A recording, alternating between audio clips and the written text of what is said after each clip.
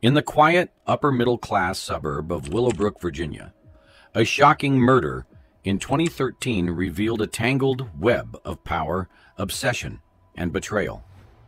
Judge Aaron Caldwell, a revered figure in the courtroom, was found dead under circumstances so dark and twisted that the community's image of him would be forever shattered. Beneath his stoic persona lay a dangerous secret, a clandestine affair with 20-year-old college student Sophia Lane. This story unravels the events leading to Caldwell's death, filled with twists, deceit, and a chilling climax. On the morning of September 4th, 2013, Aaron Caldwell's wife, Elise, made a frantic 911 call from their stately home. Her voice was shaky, her words barely coherent, as she reported finding her husband unresponsive in his study. When police arrived, they were met with a gruesome scene. Caldwell's lifeless body slumped in his leather chair, a bullet wound to his temple. The firearm, a sleek revolver, lay on his desk, meticulously wiped clean. Initially ruled a suicide, detectives noticed inconsistencies in the crime scene. The angle of the shot, traces of a struggle, and the distinct absence of gunshot residue on Caldwell's hands. The case was reclassified as a homicide, sending shockwaves through Willowbrook. Aaron Caldwell's reputation was pristine, a towering figure in the courtroom of Willowbrook, Virginia. His every decision was seen as a testament to justice. He was 52 years old, dignified, and meticulous. Behind the bench, his word carried weight. His presence was commanding, and his judgments rarely questioned. To the public, he was the embodiment of integrity. But beneath his polished exterior lay a man deeply dissatisfied with his life. Aaron's personal life told a different story. He had been married for 25 years to Elise, a woman of grace and poise. Elise Caldwell was adored by the community, hosting fundraisers and giving her time to charitable causes. But their marriage was far from perfect. Over the years, their connection had dulled. They barely shared the same bed anymore, their conversations reduced to discussions about schedules and events. To Aaron, Elise's world revolved more around appearances than intimacy. By 2011, he had begun to retreat into himself, seeking fulfillment elsewhere. When Aaron met Sophia Lane in the spring of 2012, he was smitten by her energy. It happened during a mentorship program at the local university, where he had been invited to speak about legal ethics. Sophia stood out from the sea of young faces, not for her academic questions, but for her charisma. At 20, Sophia carried a quiet determination and a hunger for something more. She was studying political science and aspired to attend law school, though her financial struggles had cast doubt on her future. Sophia had grown up in a modest household. Her father left when she was a child, and her mother juggled multiple jobs to provide for her and her younger brother. Watching her mother's exhaustion fueled Sophia's ambitions. She vowed to escape the cycle of poverty. But the weight of responsibility shaped her. She worked part-time jobs while studying, skipping meals to save money. To those who knew her, she seemed endlessly driven. But her closest friends saw the cracks. Sophia often confided that she was tired of being invisible, of constantly working without reward. Aaron's attention changed everything. To Sophia, he represented the life she dreamed of: stability, power, and a way out of struggle. Their relationship started innocently enough, a professional exchange of advice and guidance. But as weeks turned into months, their meetings became private, secretive. Aaron offered her career advice and took an interest in her aspirations. By October 2012, the mentorship had become something else entirely. Aaron began to shower her with gifts, expensive handbags, fine dining experiences, and whispered promises of influence. Sophia was drawn into his world, dazzled by his ability to make her feel seen. Aaron, too, found solace in Sophia's presence. She was vibrant, curious, and admired him in ways Elise no longer did. Their affair quickly intensified, but it was far from equal. Sophia's inexperience made her vulnerable, and Aaron's power loomed over every interaction.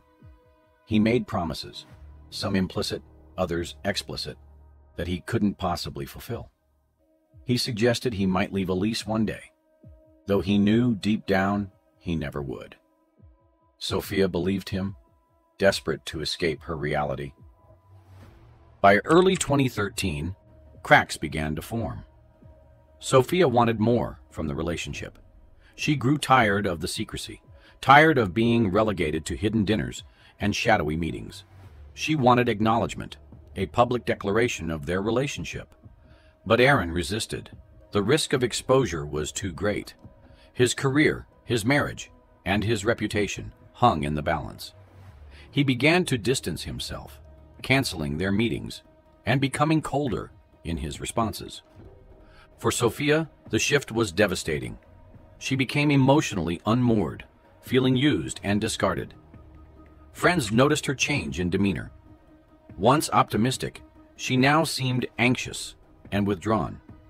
She started skipping classes and avoiding social gatherings, burying herself in thoughts of Aaron. She confided to one friend that she felt trapped, though she never named him directly. She referred to him only as someone who could change everything. Her desperation escalated. In the March 2013, Sophia began sending Aaron threatening messages, hinting at revealing their relationship if he didn't meet her demands. The texts were erratic, some begging for his attention, others laced with veiled threats. Aaron panicked, tried to pacify her with more gifts and half-hearted promises, but it only fueled her obsession. By May 2013, Sophia's behavior became increasingly alarming. She started appearing unannounced at places where Aaron frequented. One evening, she showed up outside his chambers at the courthouse.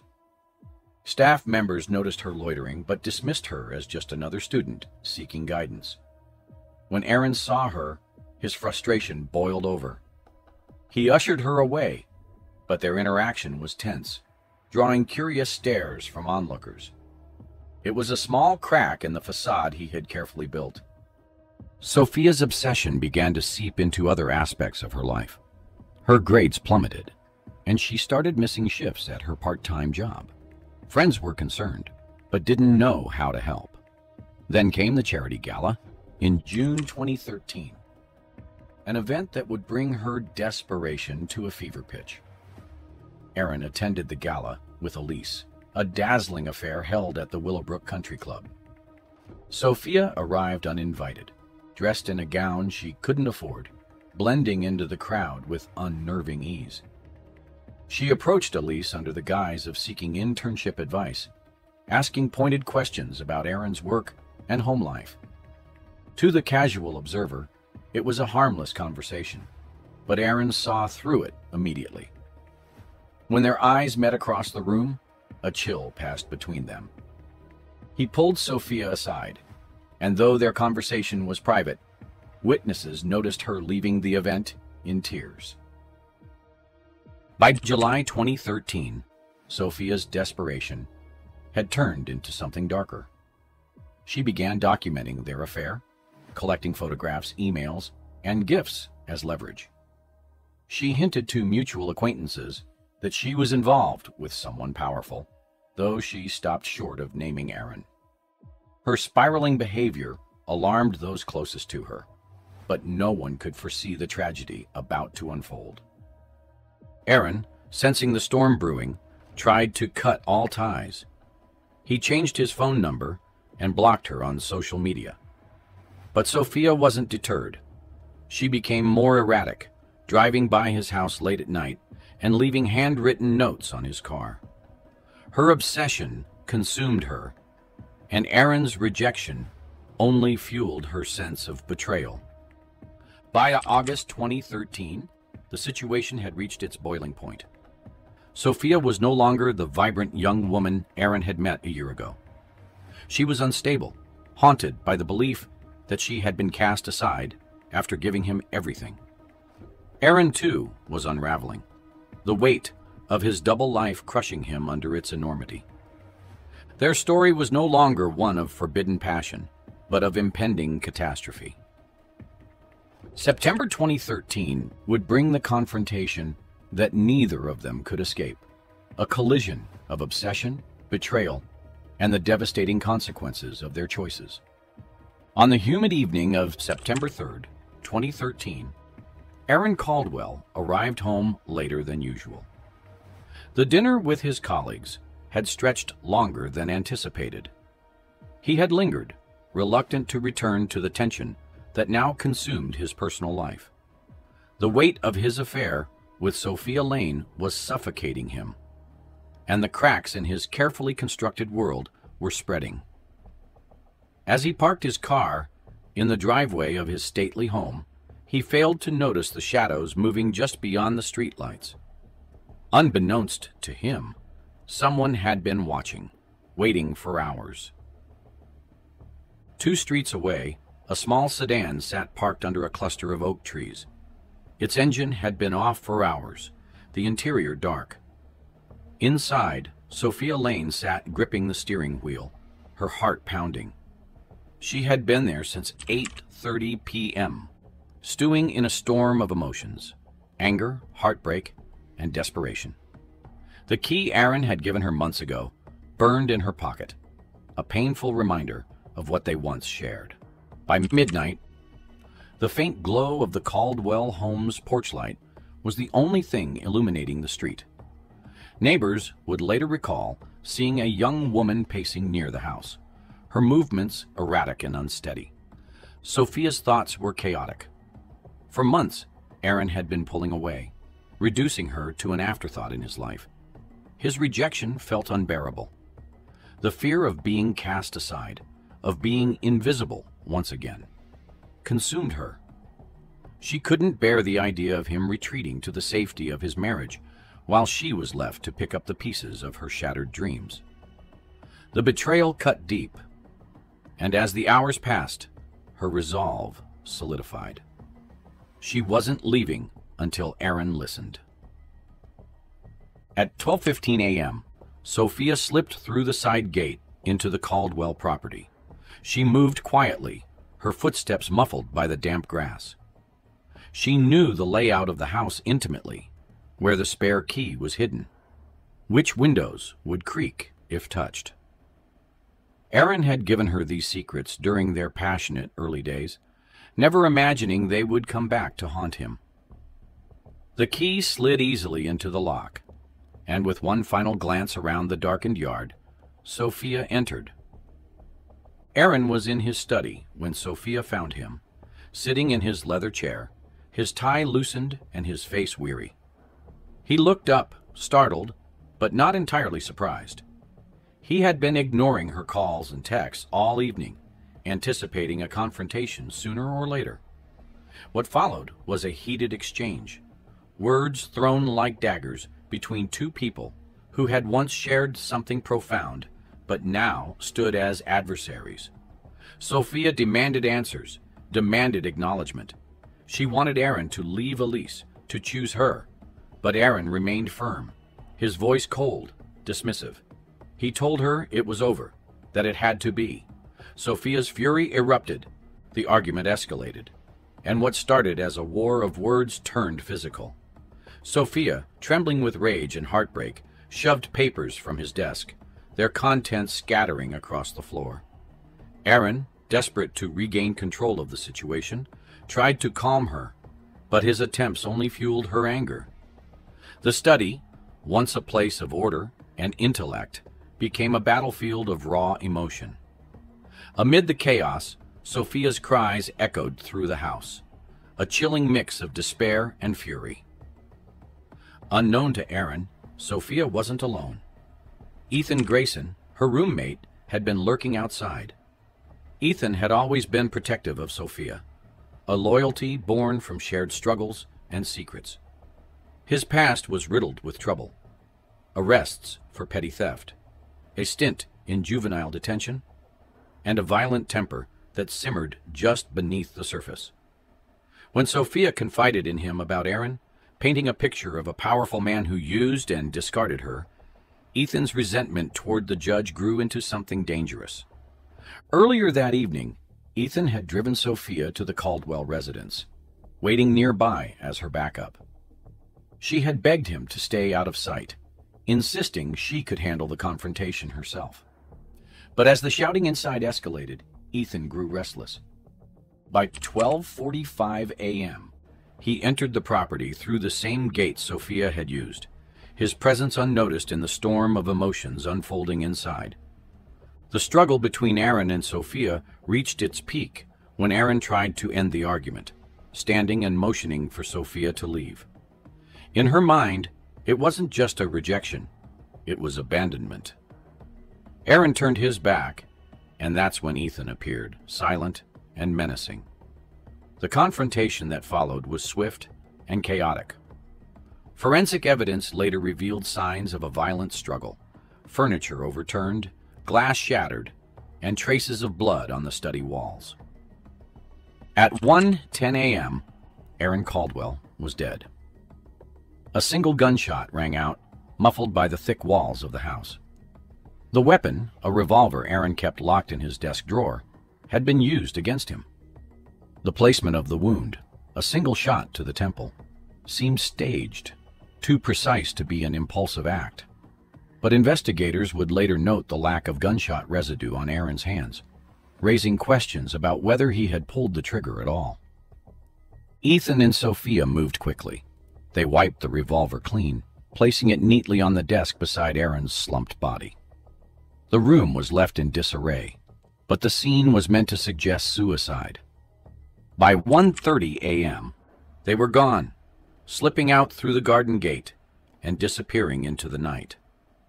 A set of muddy footprints leading away from the house would later hint at Ethan's presence, a detail that would unravel the carefully staged deception.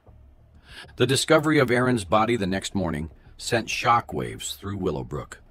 The initial report of suicide didn't sit well with Detective Carla Haynes, a seasoned investigator with an instinct for uncovering lies. Arriving at the Caldwell residence on the September 4th, 2013, Haynes immediately noticed inconsistencies. The position of the body, the lack of residue, and the faint traces of a second set of footprints outside suggested foul play. Within hours, the case was reclassified as a homicide. Elise Caldwell, visibly distraught, cooperated fully with the investigation. Her alibi was airtight. She had been at a high-profile fundraiser the entire evening, surrounded by dozens of witnesses. Haynes shifted her focus to Aaron's private life, and it didn't take long for Sophia Lane's name to surface. Sophia was brought in for questioning on September 6, 2013. Initially calm, she maintained her composure as detectives probed her relationship with Aaron. She admitted to knowing him and even to being at his house that night, but she denied any involvement in his death. However, cracks began to form when surveillance footage was presented, showing her car parked near the house and her pacing outside. Phone records painted an even more damning picture, revealing frantic text exchanges with someone named Ethan Grayson in the hours before and after the murder.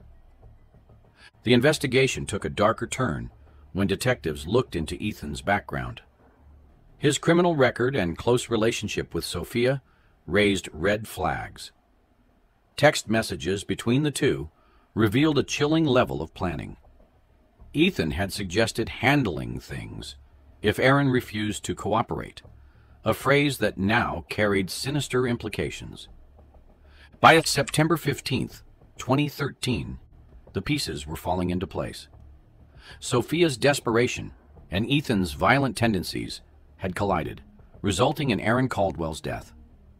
The carefully constructed lies began to crumble, leaving a trail of betrayal, obsession, and tragedy in their wake. The full truth, however, was still to be revealed, and the shadows of that night loomed large over everyone involved. The arrests of Sophia Lane and Ethan Grayson on the September 15th, 2013, sent shockwaves through the quiet streets of Willowbrook. The community had barely begun to process Aaron Caldwell's gruesome death when the news broke. Two faces, young and full of life, now stained by suspicion, became symbols of a tragedy that no one could have foreseen. Detective Carla Haynes led the operation with a sense of grim purpose. The evidence had piled up relentlessly over the past 2 weeks. Surveillance footage, phone records, and forensic analysis painted a damning picture of the night Aaron Caldwell died. Sophia and Ethan were taken into custody within hours of each other. Sophia from her apartment, and Ethan from a local diner where he worked as a dishwasher. Sophia's arrest was quiet, almost surreal. She appeared calm as officers handcuffed her, her face pale but expressionless.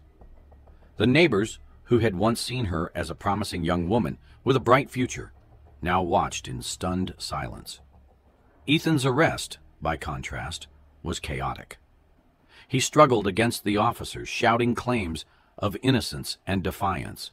His outburst only deepened the sense of foreboding that hung over the town. The interrogations began immediately. Sophia, still composed, maintained her innocence. She admitted to being at Caldwell's house, but insisted she had left before anything happened. Her tone was steady, but the detectives noticed cracks, small hesitations in her voice when they pressed her about Ethan's involvement. Ethan, on the other hand, was volatile. He claimed full responsibility for the murder, insisting Sophia had nothing to do with it. His version of events was passionate, but riddled with inconsistencies, and the detectives sensed his fierce loyalty to Sophia was clouding his judgment.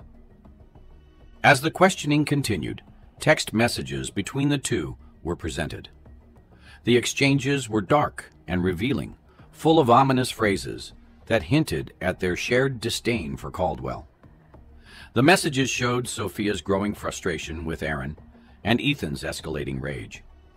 Ethan repeatedly offered to take care of it. And while Sophia never explicitly agreed, her failure to stop him raised questions about her intent. When confronted with the texts, Sophia's calm began to unravel. The detectives observed her eyes darting nervously, her breath shallow. Ethan, however, doubled down on his claims of acting alone, his words almost desperate. He painted himself as a protector, someone who had stepped in to shield Sophia from Caldwell's alleged abuse. But the investigators weren't convinced. The precision of the crime and the carefully staged scene suggested a plan, one that required the collaboration of two people. The arrests marked the beginning of a long and grueling legal battle that would reveal the depth of obsession, betrayal, and misplaced loyalty between Sophia and Ethan. The trial began in January 2015, nearly a year and a half after the arrests. By then, the case had garnered national attention. Media outlets swarmed the Jefferson County Courthouse, eager to capture every moment of what promised to be a sensational trial. The headlines painted Sophia as a manipulative seductress and Ethan as a pawn in her twisted game. Yet others saw Sophia as a victim, a young woman exploited by a powerful man and pushed to the brink. The courtroom was packed every day. The Caldwell family sat in the front row, Elise Caldwell's grief etched into her face. Dressed in dark, modest clothing, she was a haunting presence throughout the trial, her sorrow a constant reminder of the life lost. Behind her, spectators craned their necks to catch a glimpse of the defendants. Sophia, now 22, appeared gaunt, her once vibrant features subdued. Ethan, 24, seemed hardened, his eyes fixed on the floor for much of the proceedings. The prosecution wasted no time in laying out their case. They painted a chilling portrait of Sophia as a woman consumed by ambition and jealousy. The lead prosecutor described how Sophia had manipulated Ethan, using his loyalty and fragile emotional state to carry out her plans. The text messages were presented as key evidence, along with the surveillance footage of Sophia's car parked near Caldwell's home on the night of the murder. The prosecution argued that the murder was premeditated, a desperate act born of obsession and betrayal. Elise Caldwell's testimony was one of the most emotional moments of the trial. Tearfully, she recounted the months leading up to her husband's death. She spoke of Aaron's secretive behavior, how he often worked late and seemed distant. Her voice faltered as she described discovering love letters from Sophia, hidden in Aaron's desk. The letters, filled with longing and desperation, painted a picture of an affair that had spiraled out of control. Elise's pain was palpable, and many in the courtroom struggled to hold back tears. The defense took a radically different approach. They portrayed Sophia as a victim, a young woman who had been seduced and discarded by a man twice her age. They argued that Aaron Caldwell had exploited his position of power to lure Sophia into a toxic relationship. The defense claimed that Sophia's actions on the night of the murder were the result of fear and emotional turmoil, not malice. Ethan, they argued, acted independently, driven by his misguided desire to protect Sophia. Sophia's testimony was the trial's dramatic high point. She took the stand trembling, her voice soft but clear. She described her relationship with Caldwell as intoxicating but suffocating, detailing how he had promised her a future he never intended to deliver. She denied conspiring to kill him, insisting she had only gone to his house that night to plead for closure. Yet her words often seemed rehearsed, her demeanor oscillating between vulnerability and defiance. The jury watched her closely, their expressions unreadable. Ethan's testimony was equally unsettling. He admitted to killing Caldwell, but claimed he had acted on impulse, without Sophia's knowledge. His depiction of the events was chaotic and emotional, filled with contradictions that left more questions than answers. He spoke of his love for Sophia, his need to protect her, and his hatred for Caldwell. But his words carried an undertone of obsession, one that seemed to blur the line between devotion and delusion. After nearly 6 weeks of testimony, the jury began their deliberations. For days, the community held its breath, waiting for a resolution to the case that had consumed their lives. Finally, on February 28, 2015, the verdict was announced. Both Sophia Lane and Ethan Grayson were found guilty of second-degree murder. Sophia received a 25-year sentence. Her reaction was subdued, her face expressionless, as the sentence was read. Ethan was sentenced to life without parole. He showed no emotion, his eyes staring blankly ahead. The courtroom was silent, save for the soft weeping of Elise Caldwell. The aftermath of the trial was a somber chapter for Willowbrook. Elise sold the Caldwell home and moved away, unable to bear the memories of what had happened. Sophia's story became a cautionary tale, a grim reminder of the dangers of ambition and obsession. Ethan's name faded into the background, his life now confined to a prison cell. In the end, the case left the community grappling with a single question: how could lives so full of promise descend into such darkness? The answers, perhaps, were buried with Aaron Caldwell, leaving only the haunting echoes of his choices and those who were drawn into his web. Don't forget to like and subscribe so you don't miss out on other captivating cases, like the case where a Catholic priest's affair with an illegal immigrant ends bloody. See you in the next video.